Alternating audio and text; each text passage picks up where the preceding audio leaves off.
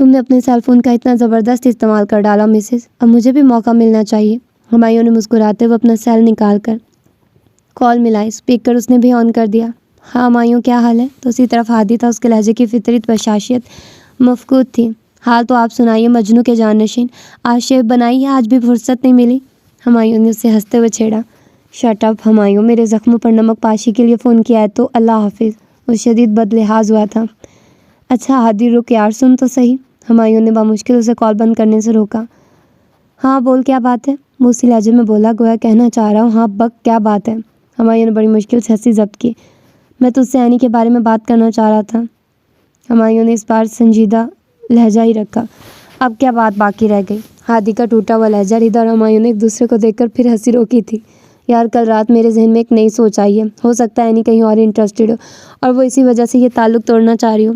Please Humayun, اپنے ذری خیالات اپنے تک ہی محدود رکھ اور رات کے وقت ایسی چیزیں مت کھایا کر جس سے بدہضمی کا احتمال ہو۔ ہادی تپ گیا تھا۔ اچھا ناراض تو مت ہو، میں نے تو ویسے یہ خیال شیئر کیا تھا۔ دراصل آج دوپہر کو جب میں آفس سے لنچ کے لیے نکلا تو ایک سگنل پر گاڑی رکی۔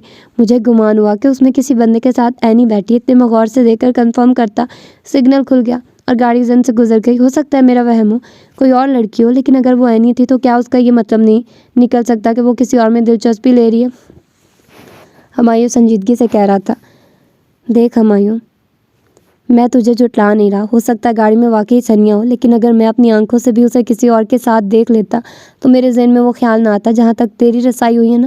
مانا ہمارے درمیان مس انڈرسٹینڈنگز ہیں، لیکن کم از کم اس نوعیت کی مس انڈرسٹینڈنگ نہیں۔ مجھے سنیا پر خود سے بڑھ کر اعتبار ہے، ہادی نے رسانیہ سے کہا تھا۔ ہمایوں نے ایک جتاتی نظر سنیا پر ڈالی جو گھٹنوں کے گرد بازو لپیٹے چپ چاپ بیٹھی تھی۔ ہاں آنسو اب بھی آنکھوں سے ٹپکنے کو بےتاب تھے۔ اوکے ہادی، ایک اور کال آ رہی ہے، پھر بات کروں گا۔ ہمایوں نے فون بند کر کے سنیا کو دیکھا۔ میں اب کیا کروں ہمایوں بھائی؟ اس نے روحان سی ہو کر پوچھا۔ انتظار، ہمایوں نے اس کا سر تھپکا تھا۔ پھر اب میں کیا کروں؟ ہادی ہونک بنا پوچھ رہا تھا۔ ظاہر ہے معذرت کرو، اسے مناؤ، ہر طرح کی خفگی کا حق رکھتی ہے وہ۔ اسے سنے بغیر تم نے خود ساختہ مفروضے قائم کر لیے۔ تم نے اس کے اعتبار اور اعتماد دونوں کا خون کیا، اور وہ جو انگوٹھی تمہارے منہ پر مار گئی تھی، اس کے بجائے اسے کسی وزنی چیز کا انتخاب کرنا چاہیے تھا۔ ہمایوں جب سے آیا تھا اس پر مسلسل بگڑ رہا تھا۔ ہادی چپکا بیٹھا اس کی ڈانٹ سن رہا تھا۔ مناؤں گا تو مان جائے گی؟ وہ بہت آس سے پوچھ رہا تھا۔ یہ آپ کے منانے کے طریقے اور آپ کی قسمت پر منحصر ہے۔ ہمایوں نے کوئی امید افزا جواب نہ دیا۔ ہادی ٹھنڈی سانس بھرتے ہوئے اس بات میں سر ہلا کر رہ گیا۔ وہ اس وقت دھڑکتے دل کے ساتھ آمنہ آنٹی کے ڈرائنگ روم میں موجود تھا۔ وہ حسب سابق بہت اتفاق سے ملی تھی۔ مجھے سنیا سے بات کرنی ہے آنٹی۔ کچھ دیر تک ادھر ادھر کی باتوں کے بعد وہ مطلب کی بات پر آ گیا۔ سچ تو یہ تھا کہ وہ آمنہ آنٹی کے سامنے بھی خود کو بہت شرمندہ محسوس کر رہا تھا۔ آمنہ آنٹی مسکرا دی۔ اینی چائے بنا رہی ہے، آتی ہی ہوگی۔ میں تو ویسے بھی مارکیٹ جانے کے لیے نکل رہی تھی، کچھ گروسری خریدنی تھی۔ کوئی اور موقع ہوتا تو وہ آمنہ آنٹی کو اپنی خدمات پیش کر دیتا، لیکن فی الحال یہ آفر کرنا حماقت کے سوا کچھ نہ ہوتا۔ آمنہ آنٹی یقیناً خود ہی انہیں گلے شکوے دور کرنے کا موقع فراہم کر رہی تھی۔ وہ دل سے ان کا ممنون ہوا۔ ان کے جانے کے کچھ دیر بعد سنیا چائے کے ٹرے لیے آن موجود ہوئی۔ دھیرے سے سلام کر کے اس نے ٹرے سینٹرل ٹیبل پر رکھی۔ پلیز بیٹھ جاؤ۔ ہادی کو خدشہ ستایا کہ وہ واپس نہ پلٹ جائے۔ وہ خاموشی سے سامنے والے صوفے پر بیٹھ گئی تھی۔ چند لمحوں کے لیے کمرے میں خاموشی پھیل گئی تھی۔ دونوں ہی اپنی اپنی غلطی کے اعتراف کے لیے مناسب الفاظ سوچ رہے تھے۔ سوری ہادی، آخر سنیا نے خاموشی توڑی۔ وہ بوکھلا گیا۔ پلیز سنیا، مجھے شرمندہ مت کرو۔ سوری تو میں تم سے کرنے آیا ہوں۔ نہیں، زیادہ غلطی میری ہے، میں نے اوور ریئیکٹ کیا۔ آپ کا غصہ ختم ہونے کا انتظار کرنا چاہیے تھا، کم از کم ایک بار تو کھل کر بات کرنی چاہیے تھی۔ ایک دم سے اپنا استعفیٰ ٹائپ کیا اور آپ کو تھمائی۔ اس نے اعتراف کیا۔ ساتھ انگوٹھی بھی، ہادی نے اسے یاد دلایا۔ انگوٹھی تو خیر میں نے آپ والی واپس کی تھی، اصل انگوٹھی مجھے رضا انکل نے پہنائی تھی، وہ میں نے اب بھی پہن رکھی ہے۔ اچھا، اور جو میں نے پہنائی تھی وہ نقلی تھی؟ ہادی اس کی چالاکی پر گھور کر رہ گیا تھا۔ یہ میں نے کب کہا؟ وہ مسکرائی تھی۔ یعنی تم نے مجھے معاف کر دیا؟ اس کی مسکراہٹ سے ہادی کو یکگونا سکون محسوس ہوا۔ پلیز ہادی، معافی کا لفظ استعمال کر کے مجھے شرمندہ مت کرے۔ جو غلط فہمی تھی وہ دور ہوئی۔ وہ سنجیدہ ہوئی تھی۔ تو اب میں ان ڈائلاگز کا کیا کروں جو ہمایوں نے مجھے رٹا لگوا کر بھجوایا ہے؟ وہ سنجیدگی سے پوچھ رہا تھا جبکہ اس کی بھوری آنکھوں میں شرارت مسکرا رہی تھی۔ سنبھال کر رکھ لیں، بعد میں کام آئیں گے۔ سنیا نے اس کی آنکھوں میں دیکھنے سے گریز کیا تھا۔ معذرت کے ڈائلاگز کا میں نے بعد میں اچار ڈالنا ہے کیا؟ آئندہ میں تمہیں روٹنے دوں گا تو منانے کی نوبت آئے گی نا۔ مجھے بھی پہلے یہی گمان تھا، لیکن اس روز آپ کی آنکھوں کی اجنبیت اور گہریت، مجھے یقین نہیں آتا کہ وہ آپ تھے عادی۔ اس نے شکوہ کر ہی ڈالا۔ دیکھو تم ابھی خود کہہ چکی ہو کہ معافی کا لفظ استعمال کر کے مجھے شرمندہ نہ کریں، لیکن میں تمہیں شرمندہ نہ کروں تو اور کیا کروں؟ I am extremely very sorry سنیا، کہو تو کان بھی پکڑ لوں۔ اس نے کہا تو سنیا واقعی شرمندہ ہو گئی تھی۔ سچ کہو تو سنیا، مجھے واقعی بہت افسوس ہے کہ تمہاری خواہش پوری نہ ہو سکی۔ میں جانتا ہوں کہ تم اپنے نظریات کی ترویج کے لیے الیکٹرانک میڈیا کی طاقت بھی استعمال کرنا چاہتی تھی۔ تم کہو تو میں کسی معیاری چینل پر تمہارے لیے کوشش کروں؟ وہ سنجیدگی سے پوچھ رہا تھا۔ نہیں عادی، فی الحال میں اپنے قلم پر ہی کنسنٹریٹ کرنا چاہتی ہوں۔ اس نے سہولت سے انکار کر دیا۔ جیسے تمہاری مرضی، لیکن میں تمہیں یقین دلاتا ہوں کہ جب بھی ہمیں وسائل میسر آئیں گے تو ہم اپنا چینل بھی لانچ کریں گے۔ اس کی پالیسی بالکل تمہارے نظریات کے مطابق ہوگی، بلکہ اس کی چیف ایگزیکٹو بھی تم ہی ہوگی۔ اگلے سال، اس سے اگلے سال یا پھر اس سے بھی اگلے سال ہمارا یہ خواب ضرور پایا تکمیل کو پہنچے گا، اور پھر آپ کے سر پر سے انڈوں کی ٹوکری گر کر ٹوٹ جائے گی۔ سنیا کو ہنسی آ گئی تھی۔ حد ادب لڑکی، ہادی نے اسے گھورا، پھر وہ خود بھی ہنس پڑا۔ مانا کہ یہ مشکل ہے لیکن ناممکن تو نہیں؟ یقیناً نہیں، سنیا نے بھی مسکراتے ہوئے اس کی تائید کی۔ تمہیں پتہ ہے آج بابا بھی میرے ساتھ آ رہے تھے، کہہ رہے تھے تم اتنی دیر میں سنیا کو منانا، میں آمنہ بھابھی کے پاس بیٹھ کر شادی کی تاریخ طے کر لوں گا۔ ہادی کے کہنے پر سنیا سر جھکا کر مسکرا دی تھی۔ پھر میں بابا کو بھیج دوں؟ اس کی مسکراہٹ سے ہادی کو حوصلہ ہوا۔ انکل کو تنہائی بہت ستاتی، آپ انہیں کمپنی دیا کریں نا۔ اس نے ہادی کا سوال سنی انسنی کر دیا تھا۔ وہ اپنی کمپنی کے لیے ہی تو پلاننگ کر رہے ہیں، بلکہ کمپنی نہیں، پلاٹون۔ بابا خود اکلوتے تھے، میں اکلوتا، لیکن انہیں اپنے پوتے پوتیاں درجن بھر چاہیے۔ اس معاملے میں وہ ہماری ایک نہیں سنیں گے۔ ہادی نے اسے پیشگی آگاہ کیا تھا۔ باتوں باتوں میں آپ کی چائے ٹھنڈی ہوگی، میں اور لاتی ہوں۔ سنیا گڑبڑا کر اٹھ گئی تھی۔ بہت تیزی سے چائے کی ٹرے اٹھا کر وہ رفو چکر تھی۔ ہادی پیچھے سے اسے پکارتا ہی رہ گیا۔ پھر ہنستے ہوئے اس نے صوفے کی پشت سے ٹیک لگا لی۔ اس بندے کے ایک جملے نے اسے عرش کی بلندیوں پر پہنچا دیا تھا۔ مجھے سنیا پر خود سے بڑھ کر اعتبار ہے ہمایوں، اور اس کے سارے گلے شکوے خود بخود دم توڑ گئے تھے۔ وہ خود سے شرمندہ تھی کہ کچھ دنوں کے لیے صحیح مہین آمدنی کی باتوں میں آ کر وہ اس سے بدگمان ہوئی تھی۔ اس کے کردار پر شبہ بھی کیا تھا، لیکن اس بات کا اعتراف وہ کبھی بھی اس کے سامنے نہ کر سکتی تھی۔ ہاں، اب اس نے ہمیشہ نہ صرف اس سے محبت کرنا تھی، بلکہ اس کی محبت کی قدر بھی کرنا تھی۔ تو یہ تھا آج کا ناول۔ ہوپ فلی کہ آپ لوگوں کو پسند آیا ہوگا۔ ملتے ہیں کسی اور اچھے سے ناول کے ساتھ۔ اپنا ڈھیر سارا خیال رکھیے گا۔ اللہ حافظ۔